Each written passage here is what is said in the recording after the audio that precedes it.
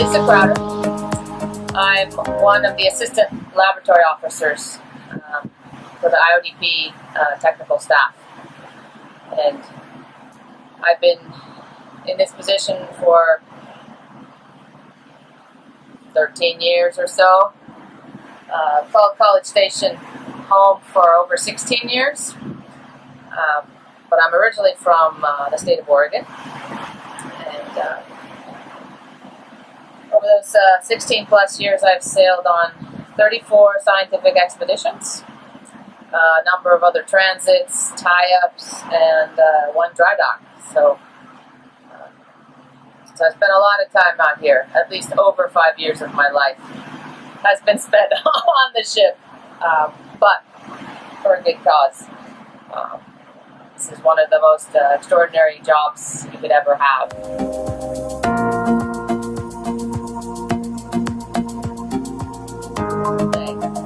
Normal day is pretty much every day because they're almost all the same, it seems. But you get up to the alarm clock, and personally I like to work out, exercise before my shift.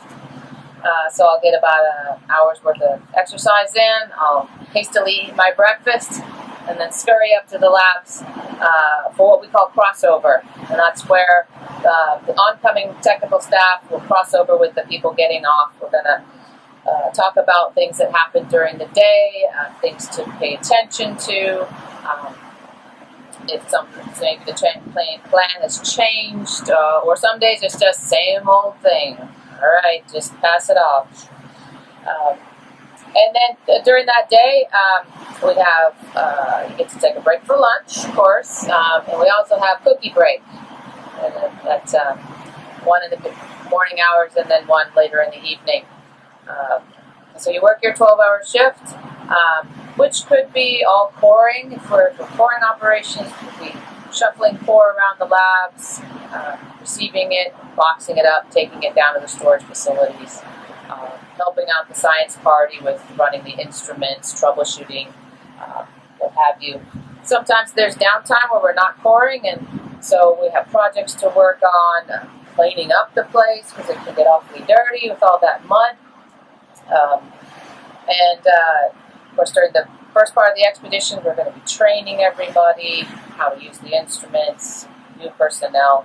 And at the end of the expedition, we have to get ready to leave. So we're going to be packing things up, packing up samples, packing up equipment that may have to go home, cleaning the lab, like that. So our days can be sometimes varied. Just depends on the cruise and the objectives of the cruise. And then after your shift, after you've worked your 12 hours, you don't really have a lot of time left in the day to sort of wind down. But I like to play music.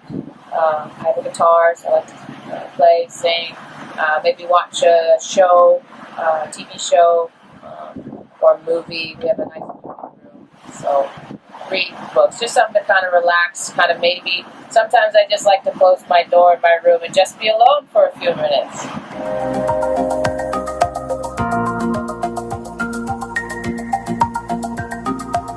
As I said earlier, every day you wake up to an alarm, and that's every day, 7 days a week for 60 days, 64 days, and that gets a little monotonous. It gets a little tough.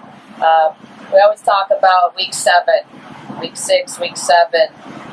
That's when you're starting to get physically tired, mentally tired.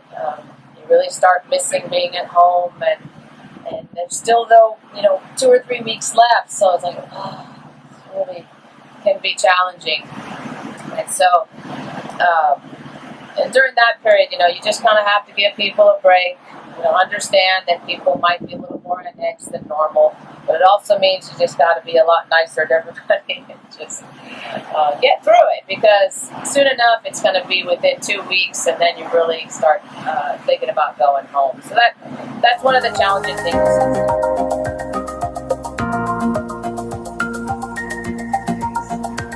Well, there's certainly a lot of favorite things about this job. There's a reason I've been doing it for so long.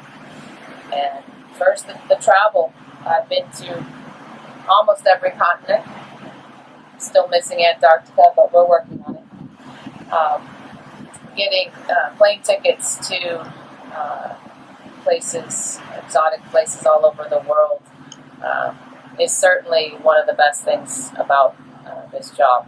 It really opens up your eyes to just the world, and I think I'm a better citizen of the world just because I've been out there a bit. And with that, the ship has people from all corners of the world as well. Between the ship's crew, the technical staff, and the science party, there's usually upwards of 20 countries represented, and it's just wonderful to work with people from all over the world.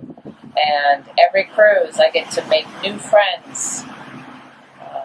There's another set of scientists every expedition, and get to make new friends. I get to see old friends, people that I've sailed with before, and of course my technical staff, the people I've been working with for so many years. It's always a joy to come back out here and work with them because it's really a team. You're really part of a team. When you work with people 12 hours a day and you're physically working towards a common goal and common mission, it's really extraordinary. And it doesn't mean we always get along, but for the most part, it's really a joy to work out here. And on a day like today, the ocean is extraordinary, and I can't say I've ever gotten tired of looking at the ocean because it's always changing. And, you never know what you might see. Also,